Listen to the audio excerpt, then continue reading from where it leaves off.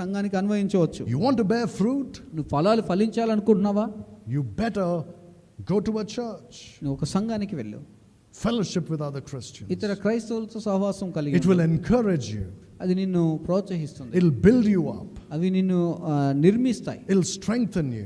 వారు నిన్ను బలపరుస్తారు. And it'll help you to bear fruit. నువ్వు ఫలాలు ఫలించడానికి నీకు సహాయం లభిస్తుంది. There is this false understanding among Christians about which church to attend. ఏ సంఘానికి వెళ్ళాలి అన్నటువంటి ఆలోచన కూడా చాలా మంది క్రైస్తవుల్లో ఉంటుంది.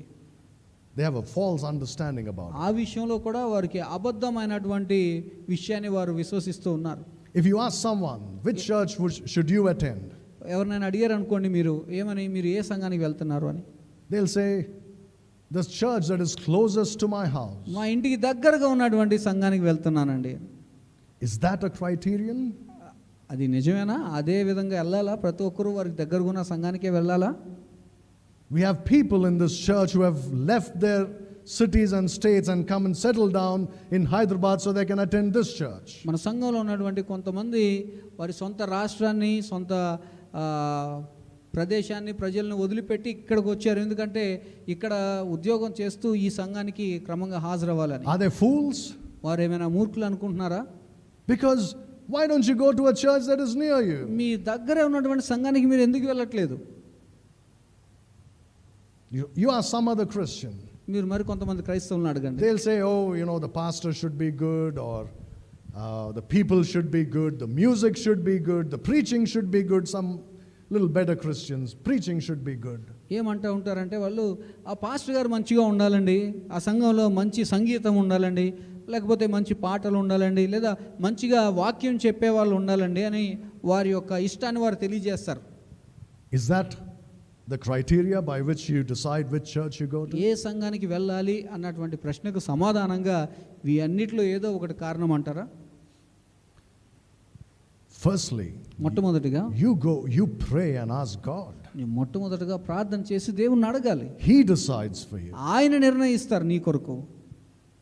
Not you choosing what you like. నీకు ఏది ఇష్టమో, ఏది నచ్చిందో అక్కడికే నేను వెళ్తానని నువ్వు ఎంచుకోవడం కాదు.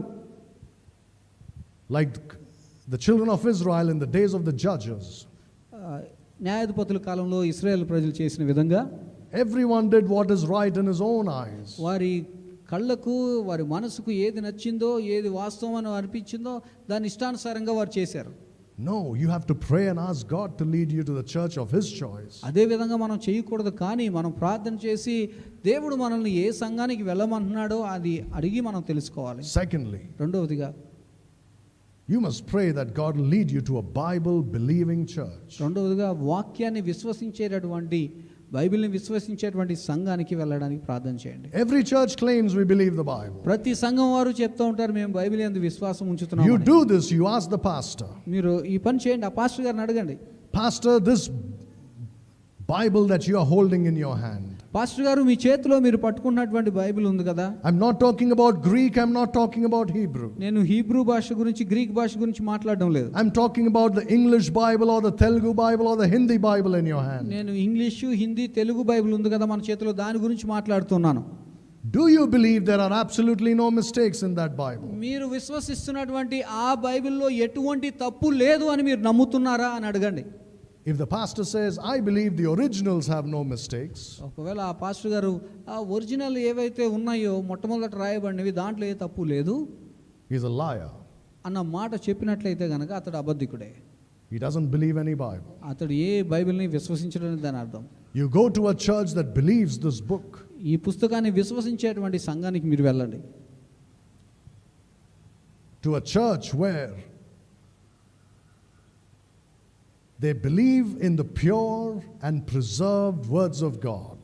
స్వచ్ఛమైనటువంటి దేవుని మాటలు, అవి దేవుడు భద్రపరిచాడు అని, దానిలో ఏ తప్పు లేదని విశ్వసించేటటువంటి సంఘమే బైబిల్ని విశ్వసించేటువంటి వారు.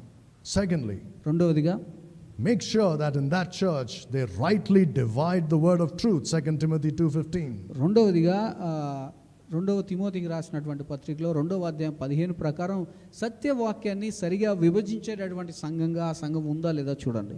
Just because the pastor is saying cock and bull stories or preaching messages that please you doesn't mean